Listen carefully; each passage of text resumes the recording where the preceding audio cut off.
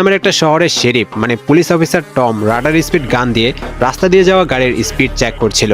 যদি কোনো গাড়ি ওভার স্পিডে যায় তাহলে সে জরিমানা করবে। কিন্তু এই গ্রিন হিলস শহরে খুবই অল্প সংখ্যক মানুষ বসবাস করে, তাই রাস্তা দিয়ে সচরাচর কোনো গাড়ি যায় না। এতে টম বোর হয়ে যায়। হঠাৎ টম দেখতে পায় রাডার গানে 296 স্পিড দেখাচ্ছে, কিন্তু কোনো গাড়ি এই রাস্তা দিয়ে এখনো যায়নি। টম অবাক হয়ে যায়। আসলে এটা সনিকের কাজ। সনিকও এই গ্রিন হিলস শহরেই থাকে। টমকে সে দূর থেকে দেখে আর মাঝে মাঝেই তার সাথে মজা করে। এভাবে সনিক কয়েকবার টমের সামনে দিয়ে সুপার স্পিডে দৌড়ে চলে যায় আর ফিরে এসে টমকে অবাক হতে দেখে মজা পায়। অস্বাভাবিক স্পিড দেখতে পাওয়ায় টম গাড়ি থেকে বের হয়ে আশেপাশে দেখতে থাকে। তখন রাস্তার পাশে একটা নীল কালারের পালক দেখতে পায়, আর এটা অবশ্যই সনিকের পালক।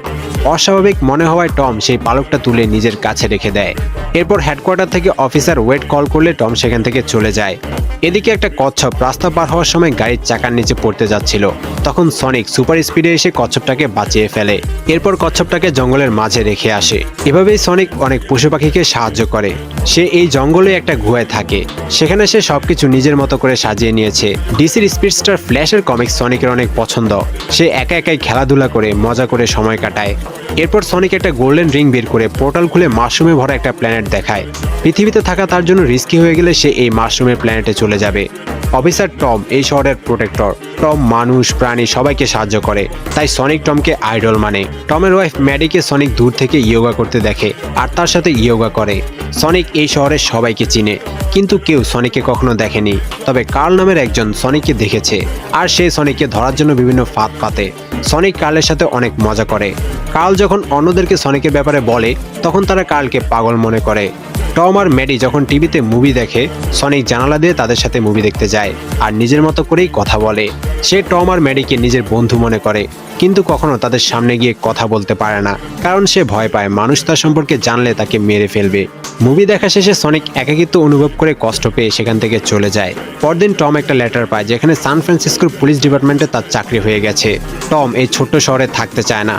তার ফ্যামিলি মানে তার বাবা, তার দাদা, তারা 50 বছর ধরে পুলিশের চাকরি করে গ্রিন হিলসকে প্রোটেক্ট করেছে। কিন্তু এই ছোট্ট শহরে তেমন কোনো বড় ঘটনা ঘটেনি। তাই টম সান ফ্রান্সিসকোতে গিয়ে বড় কিছু করতে চায়।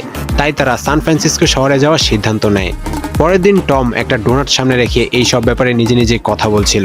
সনিক সেটা দেখতে পেয়ে টমের নাম দেয় ডোনাট লর্ড। এরপর সনিক একটা মাঠে বাচ্চাদেরকে বেসবল খেলতে দেখে। সে তো আর তাদের সাথে গিয়ে খেলতে পারবে না, তাই রাত হওয়ার জন্য অপেক্ষা করে।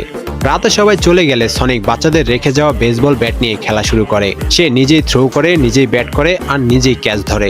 এভাবে কিছুক্ষণ খেলার পর সনিক জিতে গিয়ে লাফিয়ে ওঠে, কিন্তু তার সাথে বিজয় উদযাপন করার জন্য কেউ নেই। সনিক তার একাকিত্বের কারণে উদাস হয়ে যায়। মন খারাপ করে মাঠের চারদিকে দৌড়াতে শুরু করে। সুপার স্পিডে দৌড়ানোর কারণে সেখানে একটা শক ওয়েভ তৈরি হয়, আর পুরো সিটিতে সেই শক ওয়েভ ছড়িয়ে গেলে শহরের ইলেকট্রিসিটি চলে যায়। তখন অন্ধকারের মধ্যে টম দেখতে পায় সে রাস্তার পাশ থেকে যে পালকটা এনেছিল, মানে সনিকের সেই পালকটা, সেটা জ্বলজ্বল করছে।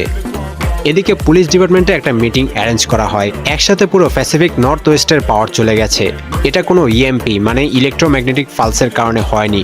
তাদের জানা মতে যেসব কারণে পাওয়ার কাট হতে পারে তার কোনোটাই ঘটেনি। তার মানে এর পেছনে অন্য কোনো রহস্য আছে। সেখানের প্রধান অফিসার বলে এই রহস্য খুঁজে বের করার জন্য একজন বুদ্ধিমান মানুষকে লাগবে, যে টেকনোলজি সম্পর্কে ভালোভাবে জানে। সেটা হলো মিস্টার রোবটনিক। তখন অন্যান্য অফিসাররা বলে মিস্টার রোবটনিক একটা পাগল সাইকোপ্যাথ। প্রধান অফিসার বলে কিন্তু সে অনেক ব্রিলিয়েন্ট, তার ড্রোন টেকনোলজি